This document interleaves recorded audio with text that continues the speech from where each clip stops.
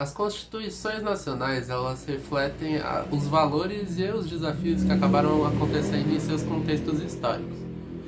A Constituição Mexicana de 1917 e a Constituição Brasileira de 1988 são exemplos emblemáticos na América Latina de respostas institucionais e momentos de ruptura. Bom, a primeira oriunda da Revolução Mexicana inovou ao incorporar os direitos sociais de forma pioneira.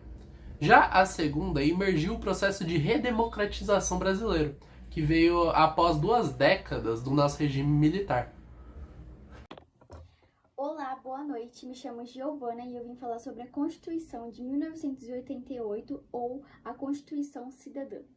A Constituição de 88 ampliou direitos sociais como saúde, educação, moradia e liberdade de expressão. Ela também garantiu o voto direto, a igualdade de gênero e a proteção aos povos indígenas. Assim, a Constituição Cidadã é o nosso guia para um Brasil mais justo, com respeito e direito para todos.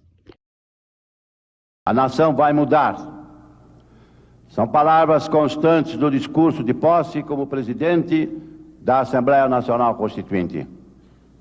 Hoje, 5 de outubro de 1988, no que tange à Constituição, a nação mudou. O dia 5 de outubro de 1988 ficará marcado na história do Brasil. Foi o dia em que o país reencontrou a plena legalidade democrática.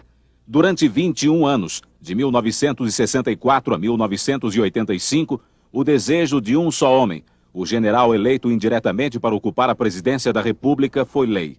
Castelo Branco, Costa e Silva, Garrastazu Médici, Ernesto Geisel e João Figueiredo impuseram através de decretos-lei e atos institucionais a vontade deles ao país. Um dia o país cansou. E ele foi realizado da maneira mais democrática possível através da eleição de uma Assembleia Nacional Constituinte. Participaram da elaboração da nova Constituição desde os latifundiários da UDR até líderes indígenas. Ninguém ficou de fora. Toda a sociedade participou. A Constituição, com as correções que faremos, será a guardiã da governabilidade.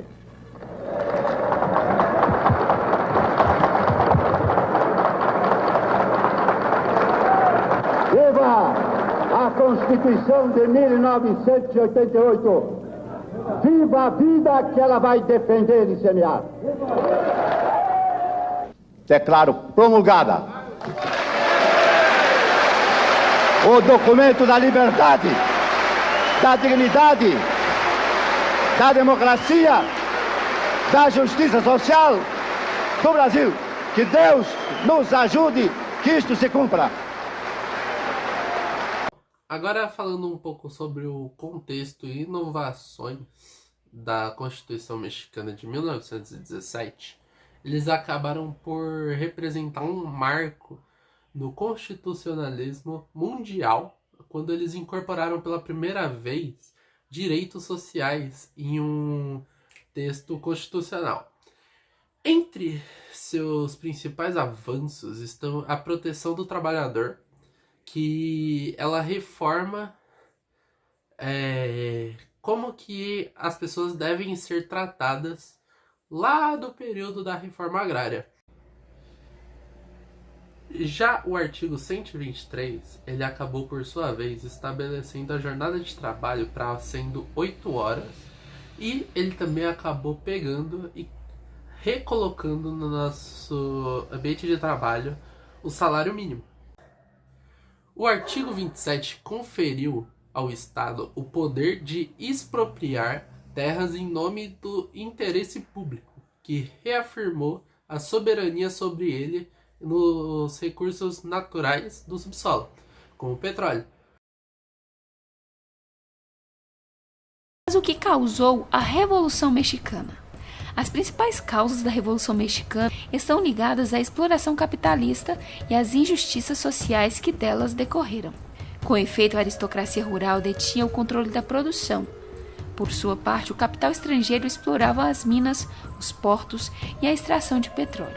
Uma das principais consequências da Revolução foi a promulgação da Constituição de 1917, onde ficou previsto o direito da expropriação de terras pelos estados, para fins de reforma agrária, ou seja, redistribuição de terras, o reconhecimento do direito indígena sobre as terras ancestrais e a criação do salário mínimo e da jornada de trabalho de 8 horas diárias, e ainda a separação definitiva entre Estado e Igreja.